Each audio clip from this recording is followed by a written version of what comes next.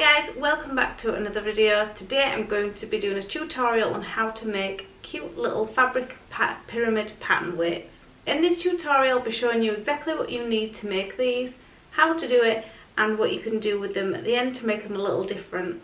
These are also perfect if you are making gifts for people that also sew. So before we get started, I thought I'd run through the things that we need to make this project happen. First, we want a ruler. You can use any type of ruler, but I've decided to use my quilting ruler just because it's got the measurements and increments on the side and it's at a 90-degree angle, so it's really easy to use and it gives me nice straight edges. Probably one of the most important parts is the fabric. These are just a pack of fat quarters, so I'm just using two fat quarters to make mine. You don't need to use the full things, depends how many you want to make. The next is my rotary cutting mat. This is a mat that spins, so you don't have to like sit at an awkward angle. Put 2 bags of rice. It depends how heavy you want these to be. I personally want them to be quite heavy and quite sturdy, so I've got 2 bags of rice to fill them quite full. Sewing clips, or you can use pins. I prefer sewing clips just so they're easier to use. I've got my rotary cutter. Mine's a Fiskars one, but you can use any type of rotary cutter you have. And I've got my scissors, my fabric scissors. The last thing we're going to want is an iron. This is the Prim mini iron, but you can use, you know, your normal iron that you use for your clothes. This is just one that's a little one. It's easy to use for seams and small projects, so I keep this in my sewing space on hand. Along with my mini iron, I also use one of these quite thick felt wool pads. This is so that I can keep it kind of on the desktop and use this as my ironing board. Just so that it protects your work surface it's underneath. And these are really good if you are quilting and making patchwork, because it makes your seams really makes your fabric really stiff and really helps straighten it out and keep it nice and flat while you're working. So first thing you want to do before you get started is to iron your fabric. As you can see, mine's already folded, so I need to get rid of all these creases and folds so that I can get a nice straight seam and a straight edge, and you've got no kind of odd folds in the middle of your project. So now you should have your fabric nice and flat and ironed. Obviously I'm using 2, but you can just use 1 piece.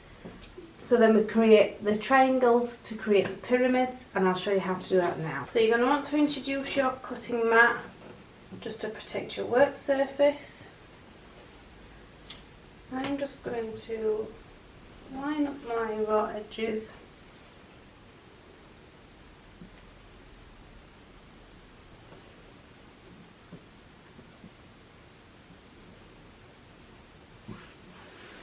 So I'm going to just do a quick trim on this edge here, just so then I've got a nice smooth edge on my side. There we go. And then you want to be doing, so as you can see I've used my fat quarter and I've folded it in half so then I can get a better, so I can cut straight one long strip. So if you fold it out, then it'll be one long strip. So fold that back over. You can do this by hat, like just marking it out with a fabric marking tool. This is just a bit quicker. So if you've got the tools to do it this way, I would suggest doing it this way. So you want to be going 3.5 inches deep. So if I line up my ruler, there we go, we're at the 3.5 inches deep on this point. So then we just want to use this ruler and as rotary cutter, just run that down So there you have it, your first strip. So that's 3.5 inches wide. The half will allow you 1/4 of an inch on each side for seam allowance, meaning your little pyramids will end up around 3 inches. So you've got one long strip. So I'm going to cut one more.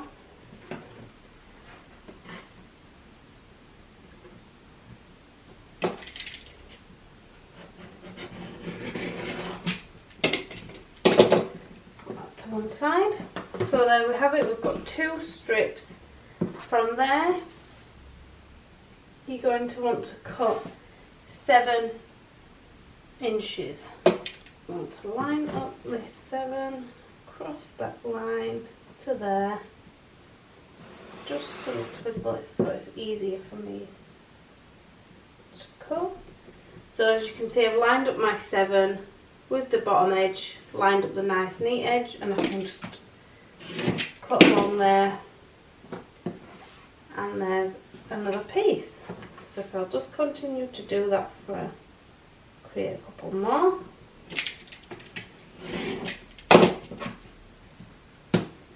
Scraps that are this size don't throw away, because you can use these to then make like reusable face wipes or small little projects or applique.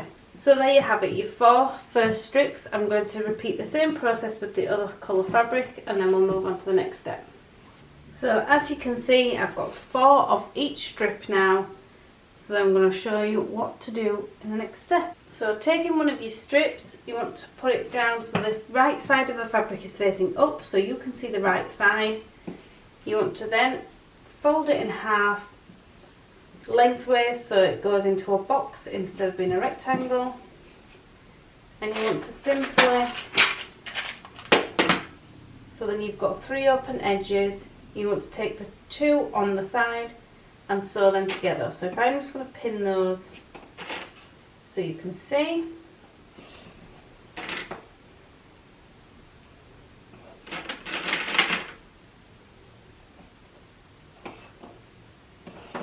So those are the edges you want to sew up, and then you have a gap at the top here, and that's where you'll put your rice in. You'll turn it through and then put your rice in, but we'll get to that in a second. So make sure that you do this, pin them if you're not confident, or clip them, then take them to the sewing machine and sew 1/4 of an inch up both sides. Make sure that you back stitch on each end so the seam and the thread doesn't pull out of place. So once you've sewn all your pieces together, the squares, you'll notice you've got all these tiny little threads. We'll just chop those off now, and then I'll show you the next step.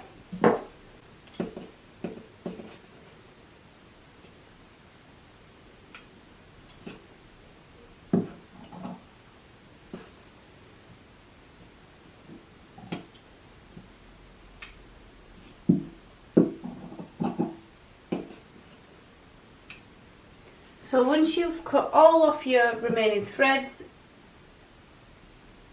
you want to be cutting down the corners of the bottom 2. So your opening is at the top. So you want to be cutting these corners with on a diagonal to get rid of the bulk at the corner, so they sit nice and flush. So if you can just trim just like that. So you're trimming off the corner, and that gets rid of any bulk that was in that corner, so when you turn it through they'll sit nice and flush and flat. So once you've done that and you've got your trimmed corners, you want to turn each piece through. You can do this just by sticking your thumbs in, tugging to the bottom and pushing with your fingers. Then you might just need something a little bit sharper, something like a pen edge or end of a crochet hook.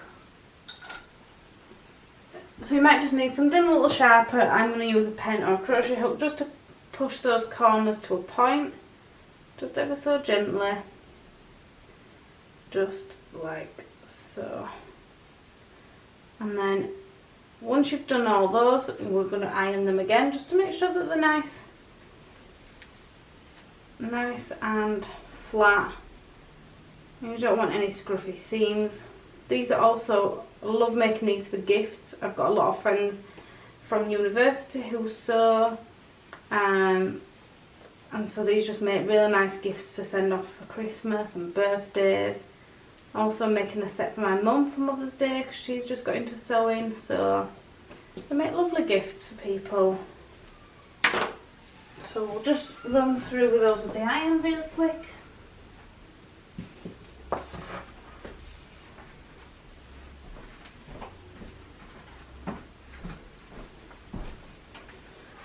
So just take each one, try and flatten it out as much as you can.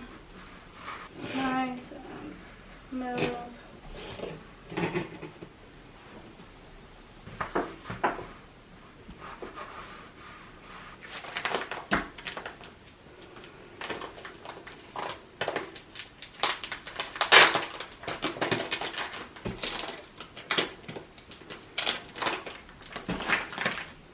So our next step is to open up our little pocket and fill with rice up until probably around the 1/4 of an inch or so down from the top. Fill the rice quite full, and then I'll show you the next step.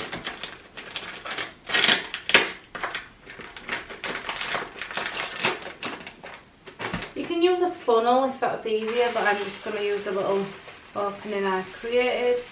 Just pour it in. Dab it down a little. You'll get a few strands that just like to escape. So you can see there, gone probably about, just over 1/4 of an inch away from the top. And when you get to that point, you want to start folding in your top edge. So it'll be a bit tricky because obviously you don't want all the it'll be tricky because you don't want all the rice to fall out. So if you just push each of your seam to one side, I don't know if you'll be able to see, so I've pushed the seam to each side so then I can get a nice flush edge, and you just want to fold it in with your fingers to meet. So as you can see, I've folded it in, pinched it in the middle, and I'm just folding in the rest.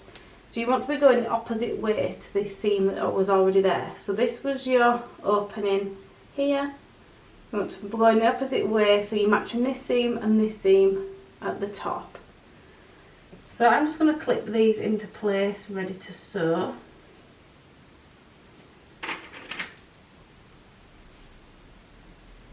Make sure you've got a nice tucked in edge. This bit can be a bit tricky, so if you do struggle, don't worry at all, because this is not the easiest part to tackle by any means.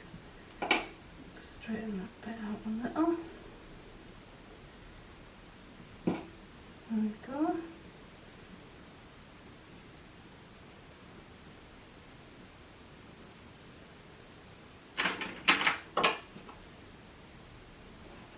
And there you have it, your first one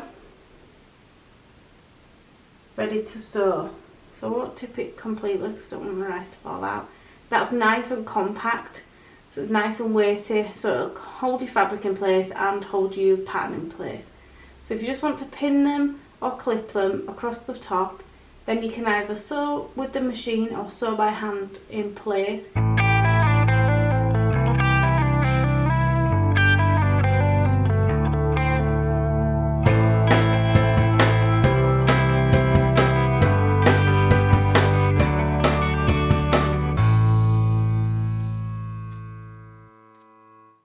So once you've got all your little pyramids clipped at the top, you just want to sew the top together, top seam just along here. You can do that by hand, or you can top stitch the seam with your sewing machine.